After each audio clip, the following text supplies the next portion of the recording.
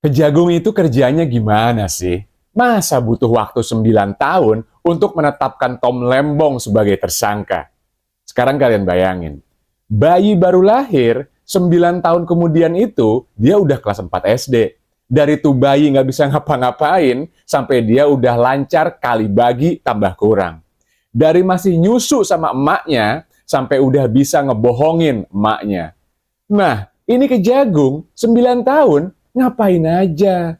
Kenapa ributnya baru sekarang? Emang baru tahu? Apa baru ingat? Atau baru dapat telepon? Terus yang berikutnya, Kejagung itu sadar nggak sih kalau mereka sudah mencemarkan nama baik? Orang itu ya, kalau udah dengar kata tersangka korupsi, pasti yang ada di kepalanya itu korupsi duit. Wah, Tom Lembong dapat duit korupsi berapa nih? Padahal kan, faktanya Kejagung itu belum tahu apakah duitnya mengalir ke Tom Lembong atau enggak. Kejagung kan belum bisa membuktikan apakah Tom Lembong menerima aliran uang atau tidak. Tom Lembong itu dijadikan tersangka karena dugaan penyalahgunaan wewenang dan pelanggaran aturan impor. Nah, kenapa Kejagung nggak ngejelasin hal itu ketika hari H penahanannya? Kan wartawan banyak di situ.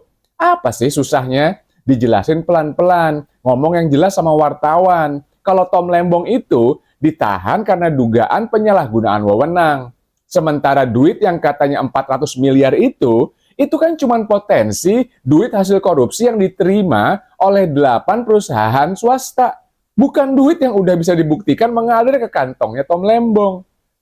Kalau udah kayak sekarang, ketika di kepala orang sudah terbentuk opini bahwa Tom Lembong adalah koruptor, itu kan sama aja Kejagung udah ngerusak reputasi orang.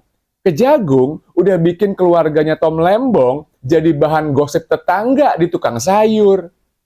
Terus nanti gimana? Kalau Kejagung tidak bisa membuktikan adanya aliran dana ke kantongnya Tom Lembong. Lalu apa motifnya Tom Lembong melakukan pelanggaran wewenang? Apakah pantas disebut sebagai korupsi jika Tom Lembong tidak menerima uang sepeser pun atau keuntungan apapun? Lalu bagaimana kalau nanti penyalahgunaan wewenang oleh Tom Lembong ternyata dilakukan di bawah tekanan dari orang dengan kekuasaan yang lebih besar? Kalau seperti itu, Tom Lembong itu pelaku atau malah korban? Terus katakanlah Tom Lembong sudah salah menerapkan kebijakan sehingga merugikan negara. Lalu apakah itu bisa dipidanakan? Kalau bisa, lalu bagaimana dengan kesalahan kebijakan lainnya yang sudah jelas-jelas merugikan negara? Bagaimana dengan proyek kereta cepat? Bagaimana dengan proyek-proyek jalan tol? Apa kabarnya proyek tanam singkong tapi tumbuhnya jagung? Itu semua juga kan telah membuat negara rugi. Sekarang semua mata, bahkan juga termasuk dunia internasional, semuanya tertuju kepada Kejagung. Kami mendukung segala upaya penegakan hukum yang berkeadilan. Tapi kami akan melawan semua dagelan konyol yang menggunakan hukum sebagai alat untuk memenuhi agenda kepentingan segelintir orang. Apalagi jika digunakan untuk ambisi politik kekuasaan. Kejagung, kalian sudah memulai, maka kalian wajib menyelesaikan. Dan kami akan mengawasi. Salam Semangat Antitesa 24.